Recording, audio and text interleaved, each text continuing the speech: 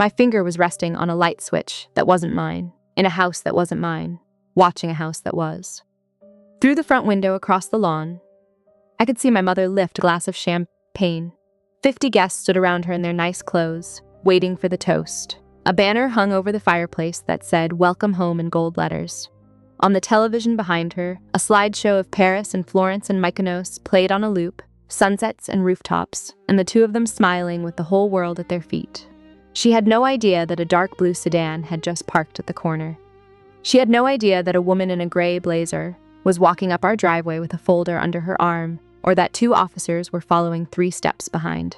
She had no idea that the girl she told everyone was upstairs, resting, was standing 60 feet away in a widower's living room, watching the whole thing through a stranger's window. The doorbell rang. My mother set down her glass, fixed her smile, and went to answer it, probably expecting one more guest. That smile is the last thing I remember before everything she had built came down in front of every person she had ever tried to impress. But that is the end. Let me stop there for one breath. Because if you have ever been the invisible one in your own family, the part that comes next is the part you need to hear, and I promise it is worth staying for. Let me take you back 31 days. To the afternoon, 2 $10 bills and a plastic card landed on the kitchen table, and to the thing I did not know about that card until it was almost too late. My name is Josie Merrick, and when I was 11 years old, I learned that food was a thing you could run out of. We lived in a 2-story house on a quiet street in Colorado Springs, the kind of street where the lawns were cut in straight lines and every garage held 2 cars. My mother, Roxanne Merrick, had a white SUV. My father, Lyle Merrick, had a gray sedan he kept so clean it looked rented. From the outside, we were the picture. My mother made sure of that, because the picture was the whole point. Roxanne had 19,000 followers who watched her life like it was a show. Sunday dinners with the good plates. A Christmas tree that took 2 days to decorate. Captions like "blessed" and "so grateful for my little family." If you scrolled long enough, though, you would notice something strange. I was almost never in the photos. I was the one holding the phone, or the one cropped out of the edge, or the one told to wait. Sweetheart, this one is just us. My father worked long hours at a title company and came home at 7 and watched the news and went to bed. When my mother said something, he nodded. When my mother decided something, he agreed. He was not cruel. He simply was not there, even when he was standing in the room. So I learned to take care of myself early. I made my own breakfast from the time I was 8. I walked to school alone. I signed my own permission slips when she forgot, and she forgot often. In front of guests, she called me the easy one. Josie doesn't need much, she'd say with a little laugh. She likes her own company. Right, honey? She never waited for the answer. I always nodded, because if I didn't, she would sigh like I had ruined her entire day, and the sighing was worse than anything she could have said. I thought that was normal. I thought every kid lived on the edge of their parents' lives, trying not to be a bother, trying to be good enough to finally be loved. I did not think they would ever actually leave. 2 weeks before the trip, my mother called me down to the living room. She was on the couch with her laptop open to an airline website, the screensy full of flights. My father stood by the window with his back to the room. "Josie," she said, in the same voice she used to announce what we were having for dinner. "Your father and I need a break. A month in Europe, Paris, Florence, the Greek islands. You're 11 now, old enough to hold down the house." I stood very still. "Who am I staying with?" I asked. She didn't look up from the screen. "You'll stay here. What is so hard about that?" "A whole month, though," I said. Her voice went sharp. "Josie, don't be dramatic. You know how to take care of yourself. I've taught you everything." I looked at my father. He kept his eyes on the yard. "Can Grandma come stay?" I asked. "Or Aunt Meredith?" "Grandma has her own life," she said, "and Meredith." And here she pressed her lips into a thin line. "You know I don't speak to Meredith." I did not know why my mother hated her sister. I only knew Aunt Meredith had not been allowed in our house in 5 years, and that her name made my mother's jaw go tight. I did not ask again. My mother stood, opened her purse, and set 2 $10 bills and a silver plastic card on the table in front of me. $20 for snacks if you need them, she said. And the card is for emergencies. She looked at me with eyes that had already left for the airport. "Don't touch it unless the house is on fire. Understand?" I nodded. "Good," she said, and turned back to the laptop. "We fly Monday. Back in exactly 1 month." I picked up the money and the card and carried them upstairs like they were something breakable. I did not know that the card had never been activated. I did not know that it was, in every way that counted, a piece of gray plastic with nothing behind it. I would find that out on the second morning, standing in a cold kitchen with a phone pressed to my ear. Monday, I stood at the front door and watched them go. My mother wore a new dress and had her hair done, wheeling a brown suitcase to the car at the curb. My father loaded 2 more bags into the trunk. "Lock up behind you," she said without turning around. "Don't bother anyone. Remember, you're old enough now." They got in. The car pulled away. It turned the corner and was gone. I stood on the step for 5 more minutes, waiting for it to come back, for one of them to lean out the window and say it had all been a joke. It did not come back. That first night, the house was so quiet.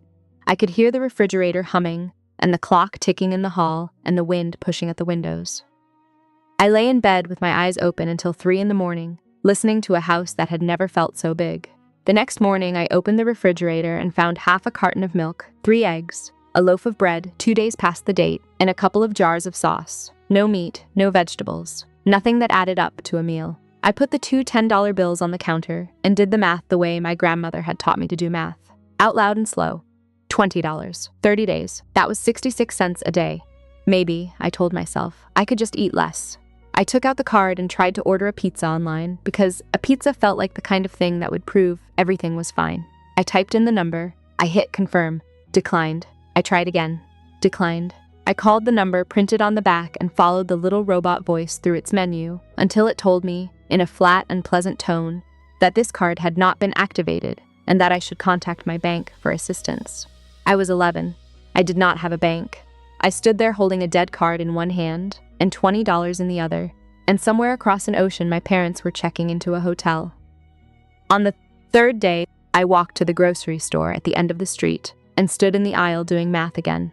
Ramen was 79 cents a pack. A loaf of white bread was $1.29. Peanut butter was almost $3 too much, so I put it back. I bought 6 packs of ramen and the bread with my first $10 bill and got $2 in change back. The cashier looked at me a second too long. "Shopping by yourself today," she said. "My mom's out in the car." I lied, and I carried the bag home and split each pack of ramen into 2 meals, half for breakfast in hot water, half for dinner. On the 5th day, I called my mother. It rang 4 times, 5, and then her voice came through with music behind it. "Hello? Mom," I said. "The card doesn't work. I don't have money for food." "Josie," she sighed the sigh. "You're being dramatic again. You have $20. Eat less. I'm at dinner. Stop calling." And she was gone before I could say another word. I sat down on the kitchen floor with my back against the refrigerator and cried until I didn't have anything left. Then I did something that would change everything, though I didn't know it yet. I opened her page on my phone. There she was, brand new post, standing in front of the Eiffel Tower with a glass of something gold, glowing. "Paris," the caption said. "Living my best life." 140 likes. Comments full of "you deserve this" and goals. I stared at that photo for a long time. Then I picked up the old tablet she had handed down to me the month before, the one she didn't want after buying herself a newer one. I opened the camera. I hit record. "Today is day 5, I said, and my voice shook. My mom posted a picture from a restaurant in Paris. I ate half a pack of ramen. I didn't have a plan yet. I just knew that no one had believed me on the phone, and that maybe a camera couldn't be argued with. What I didn't know was that someone had already started to notice. Just not the way I expected. On the 7th day, there was a knock at the door. Standing on the step was Mr. Eugene Falk, who lived in the blue house next door, 71 years old, a widower who shared his home with a fat old cat named Pepper. He waved at me most mornings on my way to school, but we had never really talked. I opened the door and tried to look like a girl whose life was going fine. "Hey there, kiddo," he said, and his eyes moved over my face in a way that made me want to step back. "I noticed your folks' cars have been gone a while. Everything all right over here?" "Yes, sir," I said. "They're on a business trip." "Business trip." He raised one eyebrow. "And who's staying with you?" I meant to lie. I really did. But I was so tired and so hungry, and my lips were cracked and my face was gray, and I could see that he could see all of it. "I'm fine," I said, and my voice broke on the second word. He was quiet for a moment. Then he asked, very gently, "Have you eaten today, Josie?" "Yes," I said. "Would you come have dinner with me anyway?" she said. I made too much again. Old habit. Hate to throw it out. I knew he was lying. He lived alone with a cat, but I was too hungry to say no. So I sat at Mr. Eugene's kitchen table that evening and ate a plate of spaghetti like I had never eaten before in my life. He didn't say much. He just sat across from me with a look I didn't understand yet.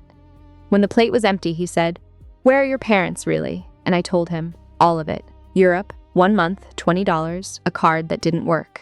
He listened without once interrupting, and when I finished, he was silent for a long time. "Do you want me to call someone?" he finally asked. "The police. A relative." "No," I said, too loud. "Please don't. My mom said if I bother anyone, she'll," and I couldn't finish it. But he understood. He nodded slowly. "All right," he said.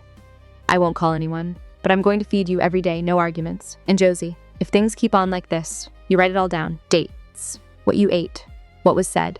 Sometimes the only thing that protects a person is a record." There was a photo of a woman on his wall, and under it a little wooden sign that said a full table remembers everyone who sits at it. I didn't ask about it that night. I just knew, sitting there, that I hadn't been remembered in a long time. Mr. Eugene kept his word and kept his silence for 10 more days. Right up until the day silence stopped being a thing either of us could afford. The second week, summer school started. My mother had signed me up months earlier, not because she wanted me to learn anything, but because she didn't want me lying around the house. I understood it now. She needed me somewhere so no one would wonder why I was home alone. I showed up late the first day in wrinkled clothes, because I didn't know how to run the washing machine, with my hair in a tangle, because there was no one to help me with it, and dark circles under my eyes because I still couldn't sleep. My homeroom teacher was a woman named Mrs. Odette Brenner, and she watched me walk in with a look that stayed on me the rest of the morning. "Josie," she said quietly as the others filed out, "are you feeling all right?" "Yes, ma'am," I said. She didn't push, but I felt her watching me all week. On the third day, I nearly fainted during math. The room started to spin, the whiteboard blurred, and my legs stopped holding me up. I heard Mrs. Brenner say my name, and then I was on the cot in the nurse's office with a worried face over me asking if I'd eaten breakfast. "Yes," I said. "Half a pack of ramen, 6 hours ago." The nurse put me on the scale, looked at the number, and frowned. "You've lost 8 pounds in 2 weeks," she said. "Where are your parents, Josie?" Silence. "Who's taking care of you?" she asked, softer now. I looked down at my hands, at how thin they'd gotten. "No one," I said. The nurse and Mrs. Brenner traded a look over my head that I would only understand later. Mrs. Brenner sat down next to me and said, in a voice that was gentle and very serious at once, "You don't have to tell me anything right now. But I'm not going to pretend I don't see what I'm seeing." I didn't cry. I'd forgotten how by then. But for the first time in 2 weeks, I felt like someone was actually looking at me. That night, my mother called. I was at the kitchen table, eating the rice Mr. Eugene had brought over when the phone lit up with an international number. "Josie," she said, and her voice was a blade. "The school called me. What did you tell them?" "I didn't," I started. "Be quiet," she said. "I'm in Mykonos at dinner, and I have to take a call about my daughter's health concerns." "Do you understand how that looks?"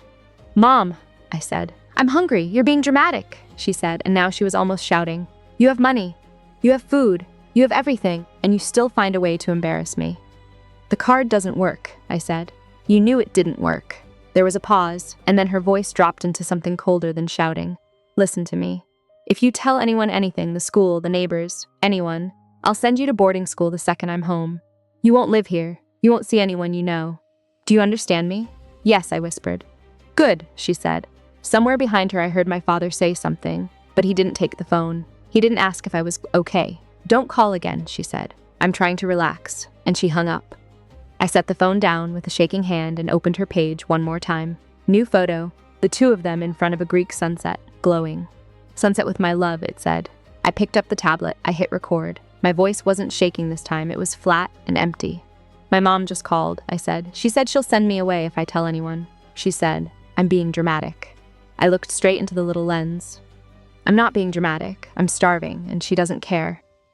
That was the night I decided that if no one would believe a hungry kid, I would give them something they couldn't wave away. From day 18 on, I recorded like it was a job.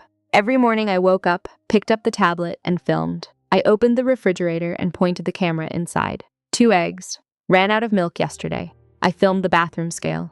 I read my mother's messages out loud, the "stop bothering me" and the "I'm on vacation," so the camera would have her words in her own spelling. I kept a paper journal too, each page marked with the date, the meals, how I felt. Day 19, 1 egg and half a pack of ramen. Mom posted a photo eating oysters somewhere expensive. Day 20, stomach hurt all day, nothing left. Mr. Eugene brought a sandwich. I don't know how to thank him. And every night, I copied the videos. I emailed a set to Mr. Eugene, and he printed the journal pages and kept them in a drawer in his kitchen.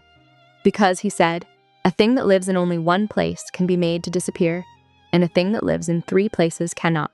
Mr. Eugene watched me get thinner and quieter every day. You have to let me help, he said one evening, worry all over his face. I can't sit on this forever. You promised, I said. I know, he said, but you are not okay. And a promise that lets a child starve is not a promise worth keeping. I'm going to call the school. No names. I'll just tell them somebody ought to check on you. I was too tired to argue. Okay, I said, but don't give them your name. The next morning, Mrs. Brenner got an anonymous call. A concerned neighbor. A student named Josie Merrick, who needed looking in on. She pulled out the notes she'd been keeping, 2 weeks of dates and symptoms and things I'd said, and she looked at them for a long time. She knew what she was, in the language of her job, a mandatory reporter, and she knew she couldn't stay quiet a single day longer. The school sent me an email that afternoon. We need to speak with your parents. If we cannot reach them within 48 hours, we will be required to notify the authorities. The principal, a man named Mr. Whitfield, called the emergency number my mother had left with the office. I wasn't there for that call. But later, the woman who would change my whole life told me exactly how it went. Miss Merrick, he said, this is Principal Whitfield at Larkspur Academy.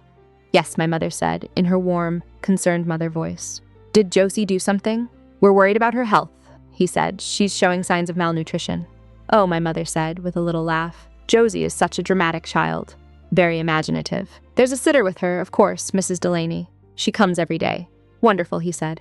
Could you give me Mrs. Delaney's number so we can confirm? A beat of silence. Of course, my mother said. Let me find it and send it right over. She never sent it. There was no Mrs. Delaney. He waited a full day, and when no number came and no sitter appeared, the school nurse filed a formal medical report. Josie Merrick, age 11, 8 pounds lost in 3 weeks. Signs of malnutrition, parents unreachable, investigation recommended. A mandatory report went to Colorado Child Protective Services. A case was opened. A caseworker was assigned. Her name was Yvette Nwosu, and she was about to become the first adult in a very long time to ask me what I wanted instead of telling me. That night, my mother sent me an email with no subject line and one short paragraph. Josie. I know, the school called. If you say anything, if you embarrass me, I'll tell them you're a disturbed child who needs treatment. You'll be sent somewhere, and no one will believe a word you say. Understand? I read it 3 times. Then I opened the tablet and hit record, and my voice was calmer than I felt. Today is day 22, I said. My mom just emailed to say she'll tell people I'm mentally ill if I tell the truth. And I read the whole thing out loud, every word, into the camera. This is evidence, I said when I finished. I'm not lying, and I'm not staying quiet anymore. I know what some of you are thinking, because I've thought it too. Why not just call the police on day 1? But I was 11. I had been raised to believe that parents are always right, that bothering people is the worst thing a child can do, and that if I could only be good enough, the love would come. It took 20 days of hunger to understand a thing that should have been simple. No amount of being good was ever going to make them care. The day after I recorded that email, Yvette Nwosu came to my door. I had expected someone cold and official. She was a black woman in her 40s in a plain blazer, with tired eyes and a kind mouth, and she smiled when I opened the door. Hi, Josie, she said. I'm Yvette. I'm from Child Protective Services. May I come in? My mother's voice went off in my head like an alarm. Don't bother anyone. Don't embarrass me, but I was so tired of being the only person in that house. Okay, I said, and stepped back to let her in. Her eyes moved around the room, over the dark living room, the stack of dishes I didn't know how to wash, or the silence in every corner. Your parents are in Europe, she said. Not really a question. Yes, ma'am, I said. 8 more days until they're back. Who's been taking care of you? I looked at the floor. No one.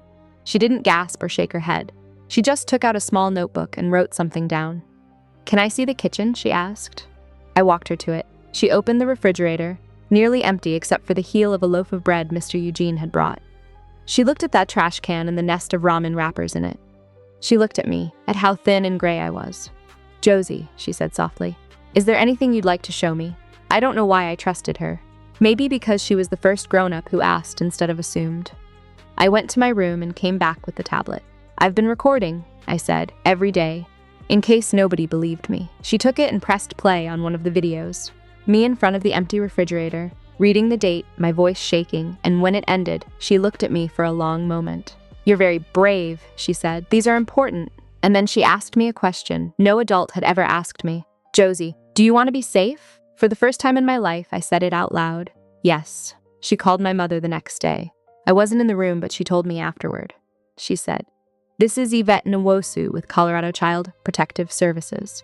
My mother's voice went smooth and warm at once. "Oh my goodness, is Josie all right? What happened?" "We've received a report of possible neglect," Yvette said. "Your daughter has been alone for over 3 weeks." "Alone," my mother said. "No, there's some misunderstanding. She has a sitter. Mrs. Delaney, lovely woman, comes every day." "I see," Yvette said. "Could you send me Mrs. Delaney's contact information?" "Of course," my mother said. "Let me find it." She never sent it, because there was no one to send. Yvette checked the neighborhood herself. No Mrs. Delaney anywhere. No one who had set foot in our house in a month. And then Yvette did the thing that turned my little pile of videos into a case. She requested my mother's credit card statements, the real card, through a court order, the proper legal way, so nothing could be thrown out later for being gathered wrong. 3 days later, the records came back. Yvette sat me down and showed me a printed page full of numbers and dates. "Josie," she said carefully, "your parents spent $51,240 in Europe this month. Hotels, restaurants, shopping." I stared at the numbers. "And the card they left with you," she went on, "was never activated. Not one transaction. Because it couldn't be used, I had always known. But seeing it printed out, official and undeniable, was a different kind of knowing. They spent more than $50,000, she said quietly, and left you with 20. I didn't cry, but something inside me went very still and very cold. "What happens now?" I asked. "Now," she said, closing the folder, "we make sure you're safe, and when your parents come home, there will be consequences." My mother called that night. Yvette had already arranged for me to stay next door with Mr. Eugene while the case moved, safe and fed, though my mother didn't know that. The phone lit up with the international number, and my stomach dropped anyway. "What did you tell them?" she said, and she wasn't shouting, which was worse. "Do you understand what you've done? You're destroying this family, everything I built, our reputation. For what? Because you couldn't handle being alone for a few weeks." "I was starving, Mom," I said. "You were fine," she snapped. "I gave you money. I gave you a card. I gave you everything, and you repay me by calling the government on your own mother." "The card didn't work," I said. "You knew it didn't work." Silence. "When I'm home," she said, dropping into that dangerous quiet, "you're going to tell them you exaggerated. You're going to say you wanted attention. You're going to fix this." And something that had been bending inside me for 11 years finally stopped bending. "No," I said. "Excuse me," I said no. My voice was steady. "I'm not lying for you. I have videos, Mom. The empty refrigerator, my weight, your emails, all of it." Her breath caught. "What videos?" "I recorded every day," I said. "The food I didn't have, the scale, your posts from the island while I ate half a pack of ramen, all of it. And I'm done covering for you." She hung up. I sat in Mr. Eugene's kitchen, with my hands trembling, but for the first time it wasn't from fear. On the wall, the little sign caught my eye again. "A full table remembers everyone who sits at it." Mr. Eugene set a bowl of soup in front of me, without a word, and I understood, finally, what the sign meant. 3 days later, my mother posted on her page. "Coming home to my baby girl," it said. "Can't wait to throw a party and share our trip with everyone." 50 people said yes. I knew that the party was where all of this would finally meet the light. The day before they flew home, Yvette came to Mr. Eugene's kitchen and sat across from me with the folder. "I want you to know what's going to happen," she said. "We have enough.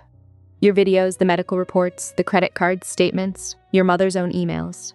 When your parents return, there will be legal action. They'll be charged with child abuse under Colorado law. It's a felony. The police will be involved." "Will they go to jail?" I asked. "That depends on a lot of things," she said. "But at the least they'll be arrested and processed. And Josie, you won't be going back to live with them. Not now." She paused, and I could tell she was choosing her words. "Your mother is throwing a party tomorrow. 50 guests. We're going to serve the warrant then, not to humiliate anyone, but because we know they'll both be home and there will be people present, which keeps everyone safe. And," she said, looking at me carefully, "sometimes the truth needs witnesses." That night I couldn't sleep. My mother was somewhere over the ocean right now, probably complaining about the flight, probably picking out her outfit, probably writing the caption in her head. She had no idea what was waiting. I looked out the window at the quiet dark street and thought about a blue sedan that would be parked at the corner the next evening, and about a card on a kitchen table that had never worked, and I waited for morning. And now you know what I was doing at that window, watching my mother lift a glass to 50 people who thought they knew her. The party started at 5. From Mr. Eugene's front room, I watched the cars roll up one after another, neighbors and coworkers, and the women from her book club, all the people who had liked her photos and believed in the perfect family. Through the window, I could see the balloons and the welcome home banner and the slideshow flickering on the television. My mother worked the room in a new dress she'd bought in Milan, hair done, smile bright, gesturing at the screen. Someone must have asked about me, because I read her lips as she answered. Josie? Josie? Oh, she's tired, resting upstairs. You know how kids are. She didn't know I wasn't upstairs. She didn't know I wasn't even in the house. The slideshow rolled on, the two of them toasting somewhere by the water, my mother shopping, my father on a boat, blue everywhere. Not one photo of me in the entire show. Mr. Eugene sat down beside me. You okay, kiddo? He asked. I don't know, I said honestly. Then I saw the sedan slide up to the corner. Yvette got out of the passenger side. Two officers, a woman and a man, stepped out of a second car behind her. Mr. Eugene put a hand on my shoulder. Is inside my house. The slideshow ended, and my mother raised her glass for the toast. The doorbell rang. She opened the door with the smile already in place. It froze. Yvette stood on the porch with the folder, and behind her the two officers in full uniform, Officer Halloran and Officer Delacroix. Mrs. Merrick, Yvette said, calm and even. I'm Yvette Nwosu, Child Protective Services. These are Officers Halloran and Delacroix. We to speak with you. My mother's face went through three things in 2 seconds: confusion, recognition, fury, and landed on a tight little smile. I'm so sorry, she said. Now isn't a good time, I'm hosting. Ma'am, Yvette said, this concerns your daughter's safety. Behind her, the room had gone silent. 50 faces turned toward the door. On the television, Florence kept scrolling by in the quiet. My mother tried to step out onto the porch and pull the door shut behind her. Perhaps we can discuss this privately, she said. Officer Halloran spoke. Mrs. Merrick, we have a warrant. You and your husband are being charged with child abuse under Colorado law. The words hung there. Someone in the crowd gasped. The clinking of glasses stopped. That's ridiculous, my mother said, but her voice had a crack in it now. There's been a misunderstanding. Josie is fine. She's upstairs right now. Ma'am, Yvette said, stepping forward. Josie is not upstairs. She's been in protective care for the past 4 days. My mother's smile came apart. What? Your daughter was found malnourished and alone, Yvette said. She documented everything. She held up the folder. We have video, medical records, and financial statements obtained through a court order. The room was dead silent. 50 guests stood frozen with their glasses in their hands, watching the woman who had just shown them her sunset photos, being read the reason her life was over. My mother spun toward them, and I watched her reach for the performance and find it gone. This is a misunderstanding, she said, her laugh too high. Josie is an imaginative child. She makes things up. There was a sitter. Mrs. Merrick, Yvette said. We verified. There was no sitter, no Mrs. Delaney. No one visited your daughter for 30 days. That's not, my mother started. We also obtained your card statements. Yvette went on, reading calmly. You spent $51,240 on your trip. 5-star hotels, expensive restaurants, designer shopping in Milan. She looked up. The card you left with your 11-year-old was never activated. She couldn't use it. You left her with $20 in cash for a month. Murmurs moved through the crowd like wind through grass. My father stood frozen by the television, white as the wall behind him. He hadn't said a word since the police arrived. Lyle, one of his co-workers, said, stepping toward him, Is this true? He opened his mouth. Nothing came out. Then a woman near the back stepped forward. It was Mrs. Brenner, my teacher, who lived 2 streets over and had been invited as a neighbor. I'm Josie's teacher, she said, her voice steady. I'm the one who filed the report. I watched that child come to school hungry and exhausted, wearing the same clothes for days. My mother turned on her. You did this. No, Mrs. Merrick, Mrs. Brenner said, not flinching. You did this. The room went so quiet I could hear it from across the lawn. Then Yvette looked at Officer Halloran and nodded once. Play it, she said. On the television, the slideshow vanished and a video took its place. My face, my voice, thin and tired, filling the living room where 50 people stood holding champagne. Today is day 15, the girl on the screen said, standing in front of the same refrigerator these guests had walked past to get their drinks. There's 1 egg and some milk that went bad. I have $3 left. My mom is on the islands. On the screen, I opened the refrigerator so they could all see the emptiness inside. Then came the scale. 81 pounds, the number read, down from the 89 I'd been when they left. My mom posted a picture from a restaurant that cost $300 a plate, the girl on the screen said, and her voice cracked. I ate half a pack of ramen. It was the last one. A woman in a blue dress near the front covered her mouth with her hand. The video changed. Day 18, the girl reading an email aloud. Stop being dramatic, Josie. You have everything you need. Don't call me again. She wrote this, the girl said, while I was hungry enough to feel dizzy. It changed again. Day 22. The email where my mother promised to call me disturbed if I told the truth read out in a flat, steady voice. From the window, I couldn't hear the words anymore, but I could see the faces, the horror moving across them one by one. My mother was screaming now. "Turn it off.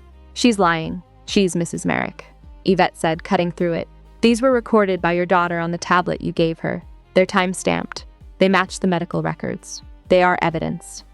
Mrs. Brenner spoke again to the whole room. I saw her at school. The weight loss, the exhaustion, all of it matches what you're watching." My mother looked around wildly, at her coworkers, her neighbors, her book club, and not one of them would meet her eyes. Even my father had stepped back from her, so that she stood alone in the middle of her own beautiful room. And then a voice came from the back. An older woman stepped forward, Gloria Prentice, who had known my mother for 15 years, sold her the home insurance, come to her dinner parties, written gorgeous on every single photo. Her face was hard now. "To what, Roxanne?" she said. My mother blinked. "What?" My mother had just said something about 11 being old enough. "Old enough to what?" Gloria said. "Starve.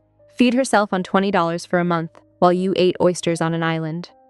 She shook her head slowly. "I've known you 15 years. I thought I knew who you were." My mother's mouth opened and closed. For the first time in her life, she had no performance left to give.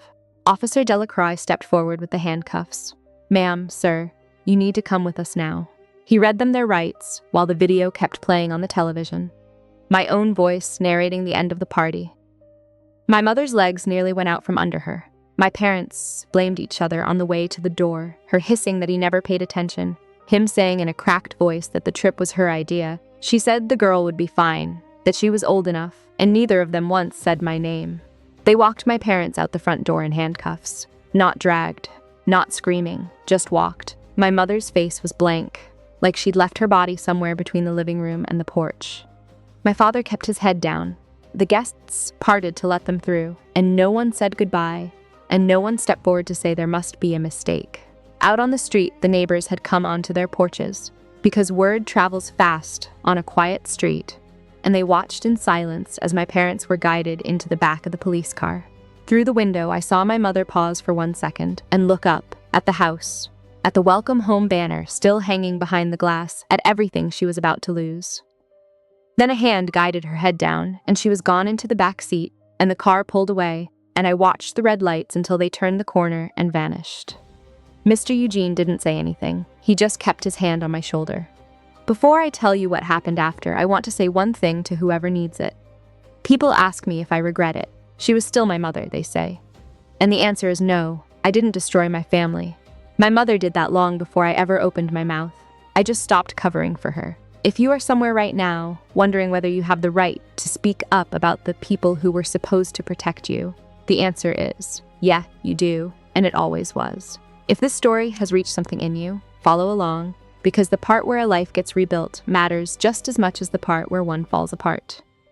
The day after the arrest, there was a knock at Mr. Eugene's door while I was eating real scrambled eggs with cheese and toast. A woman stood on the step, mid-30s, brown hair like my mother's, but softer, tired eyes that were kind, jeans and a plain sweater, no designer anything. "I'm looking for Josie," she said. "I'm her Aunt Meredith." I froze. Aunt Meredith. The one my mother hadn't spoken to in 5 years. The one whose name made her jaw go tight.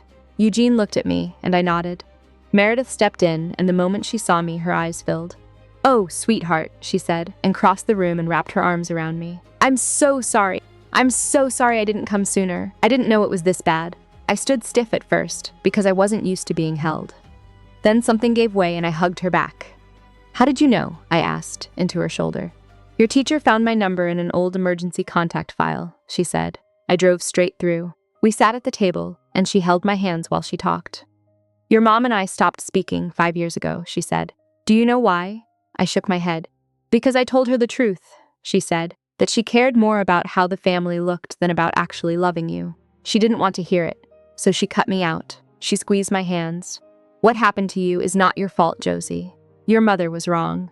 And now you have me." She'd already filed for temporary guardianship, and Child Services had approved it that morning. For the first time in weeks, I felt something that wasn't hunger or fear. I felt like there might be a floor under me after all. The legal system mobbed faster than I expected. My parents were charged with child abuse, a felony in Colorado. They posted bail, But the conditions were strict. No contact with me. Not a call, not a text, not even through a lawyer without approval. The evidence was a wall they couldn't climb. My video diary, more than 20 time-stamped recordings of the empty refrigerator and the scale, and my gray face reading their emails aloud. The school's medical report, 8 pounds lost in 3 weeks. Malnutrition documented by a licensed nurse. The card statements, $51,000 in a month against a card of mine that showed not a single charge because it had never worked. And my mother's own words, in her own emails. Their lawyer tried to call it a misunderstanding, an oversight, arrangements they'd believed were in place. But you cannot argue with a timestamp, and you cannot negotiate with a bank record, and you cannot explain away a child who lost 8 pounds while her mother ate oysters on an island. The story went through Colorado Springs like a grass fire. Couple spends $50,000 in Europe, leaves 11-year-old with $20. My mother's firm let her go within a week. We can't have this kind of attention, they said. My father was put on review at his company. Their names were in the paper and on the local news and in every neighborhood group online. The account with 19,000 followers, the one full of blessed and grateful, went dark, but the screenshots had already spread everywhere. A week after the arrest, my mother called me through her lawyer's number. Her voice was small and strange. "Josie," she said, "if you take it back, if you tell them you exaggerated, we can fix this. I promise I'll change." I held the phone a long moment. Then I answered, and my voice was calm, nothing like the scared 11-year-old who had begged for food 3 weeks earlier. "Mom," I said, "I have the videos. I have your emails. I have the card statements the court pulled from the bank. I have the nurse and my teacher and my neighbor and a caseworker who all saw what you did." Silence.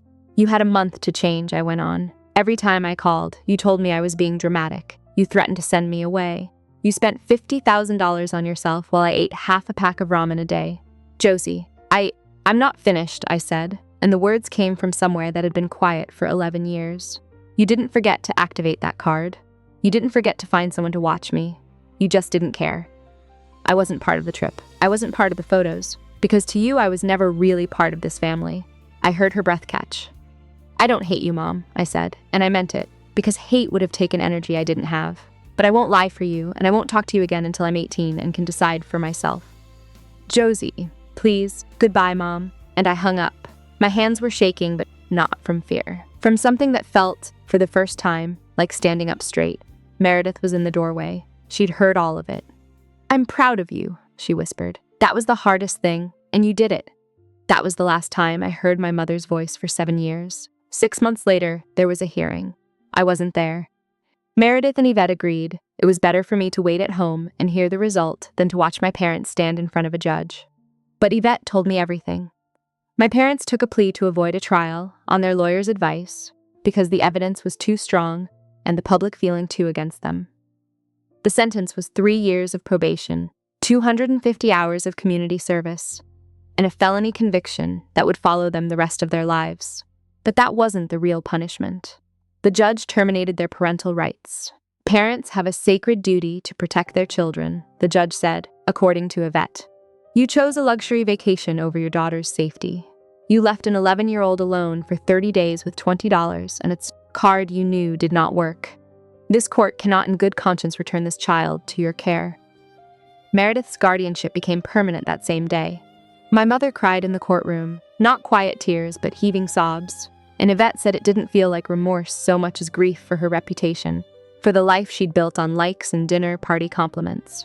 My father said nothing. He'd barely spoken since the arrest, just a hollow man in a suit watching it all fall. After the hearing, Yvette came to Meredith's apartment with paperwork. "It's done," she said. "You're safe now, Josie. Legally, permanently safe." She handed me an envelope. "Your mother wrote you a letter," she said. "She asked the judge to pass it along. You don't have to read it. Not now, not ever, if you don't want to." I took it. It felt heavy in my hands. "I'll decide later," I said. I put the letter in a desk drawer, and it stayed there for 7 years. Life with Meredith was different. She had a small apartment across town, no 2-story house, no perfect lawn, just 2 bedrooms, mismatched plates, and a couch that had seen better days. It was the warmest place I had ever lived. "This is your room," she said the first day, opening a door onto a small space with a twin bed and an empty bookshelf. "I know it's not much, but we can fix it up however you want. Your choice. My choice." No one had ever asked me what I wanted. We ate dinner together every night, nothing fancy. sometimes just pasta from a jar or grilled cheese and tomato soup. But she sat across from me and asked about my day and actually listened to the answers. "I'm not perfect," she told me one evening. "I'll make mistakes. But I promise you 2 things. I'll always be here, and I'll always listen." Part of me kept waiting for her to get tired of me, to decide I was too much trouble. She never did. 3 weeks in, I came downstairs and saw something on the kitchen calendar, written in purple marker. Josie's basketball tryouts, 3 o'clock. I stared at it. My mother had never once written my life onto a calendar. She'd never known when tryouts were, or recitals, or conferences, and half the time she forgot to pick me up. "You remembered," I said. Meredith looked up from her coffee. "Of course I did," she said. "I want to be there, if that's all right with you." Something cracked open in my chest. "Yeah," I whispered. "That's all right." It took a year to trust that she would stay. It took 2 to stop checking the refrigerator every single morning, just to be sure there was food. But slowly I started to heal. She hung a little wooden sign in the kitchen that she'd found at a yard sale, and I laughed the first time I saw it, because it said the same thing as the one in Mr. Eugene's kitchen. "A full table remembers everyone who sits at it." At Meredith's table, I finally got to be one of the people it remembered. 6 months after the sentencing, I learned about the money. Meredith sat me down one Saturday with a folder of documents. "Josie," she said, "there's something you need to know about your grandmother's estate." I blinked. Grandma Lorna had died when I was 7, and I barely remembered her. "She left a college fund in your name," Meredith said.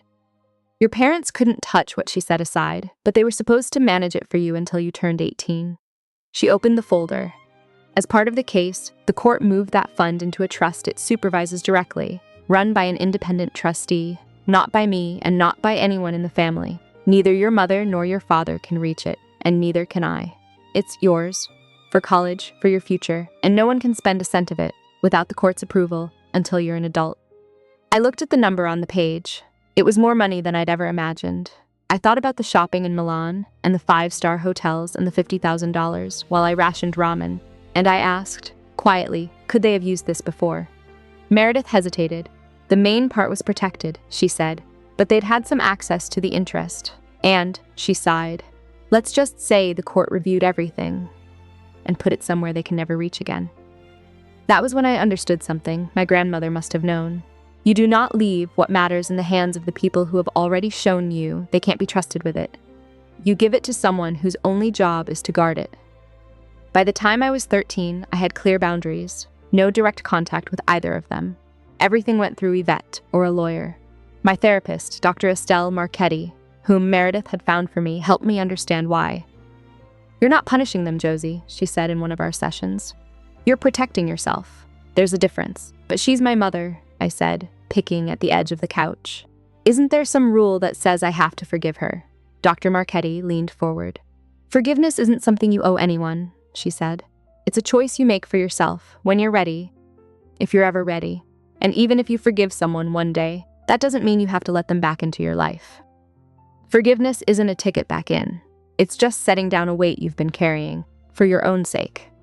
I thought about that a long time. "I'm not ready," I said. "Not yet." "That's okay," she said gently. "You don't have to be." The first year, my mother tried. Letters through her attorney, requests to Yvette for just a short call. Once she showed up at Meredith's building, and the manager turned her away. Each time, I said no. It wasn't cruelty. It was the first thing that had ever been entirely only mine. 7 years later, a letter came to the mailbox, not through a lawyer this time, just a plain envelope with an Arizona return address and my mother's handwriting. I held it a long time before I brought it inside. I was 18 by then, packing for college, a full scholarship, a pre-law program, a future I had built with my own 2 hands. But first I wanted to close this. I sat on my bed in my room, with posters on the walls and photos of me and Meredith at basketball games, and a bookshelf full of worn paperbacks. And I took out both envelopes, the old one from 7 years ago, and the new one. The first letter said she knew she had been wrong, that no one had ever taught her how to apologize, that her own mother had left her with relatives for months at a time, and she had thought that was just how childhood worked, that she wasn't asking for forgiveness because she didn't deserve it, but that she was in therapy now, trying to understand why she was the way she was, and that if I ever wanted to talk, she would wait, however long it took. The second letter, from a few months back, said she'd heard I got into college on a full scholarship, and that she was proud of me, even though she had no right to be. because I had done it myself, despite everything. That she was still trying. That she didn't know if she'd ever be the mother I deserved, but she wanted me to know she was sorry, truly. I put both letters down. Meredith appeared in the doorway. "You okay, kiddo?" I thought about it. "I don't know if I believe her," I said honestly. "I don't know if she really changed." "You don't have to decide right now," Meredith said. "I know," I said. I folded the letters back into their envelopes. "But I think I might be okay not knowing, at least for now." Meredith nodded. "That's more than enough." I didn't write back. Maybe someday I will. Maybe not. But for the first time, it was my choice, and only mine. The day I left for college, I stood on the campus quad and looked back over everything, not with my eyes, but in my mind. The 11-year-old at an empty kitchen table, counting $20, wondering if she could survive a month. The girl filming herself in front of a bare refrigerator, not knowing if anyone would ever watch. Yvette asking, "Do you want to be safe?" and me realizing it was the first choice anyone had offered me. Meredith showing up at a stranger's door and turning into family. Myself in that kitchen, phone in hand, saying I won't lie for you. 7 years, and here I was, healthy and whole, and on my way. Not because someone rescued me, but because I refused to keep disappearing.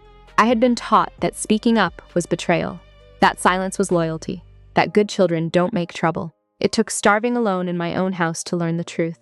Silence doesn't protect you. It only protects the people who are hurting you. People ask if I could go back. Would I do anything differently? And the answer is always no. I don't regret the videos or the reports or the day the police walked into my mother's perfect party. The only thing I regret is that I had to get that hungry before I understood I deserved better. Family isn't about blood. It's about who shows up. Meredith showed up. Mr. Eugene showed up. Mrs. Brenner and Yvette showed up. And I've learned to keep a table like theirs, one that remembers everyone who sits at it. Because the people who love you will never once ask you to starve so they can look full. My parents left me with $20 and a card that didn't work, but I walked away with something they could never give me. The truth, my boundaries, and a life that belongs to me. And that is the only happy ending I need. If you stayed with me to the end, thank you. If you have ever felt invisible in your own home, if you've ever wondered whether you had the right to speak up, I hope you know now that you do, and that you always did. Follow along, and I'll see you in the next story about truth, boundaries, and finding the way out.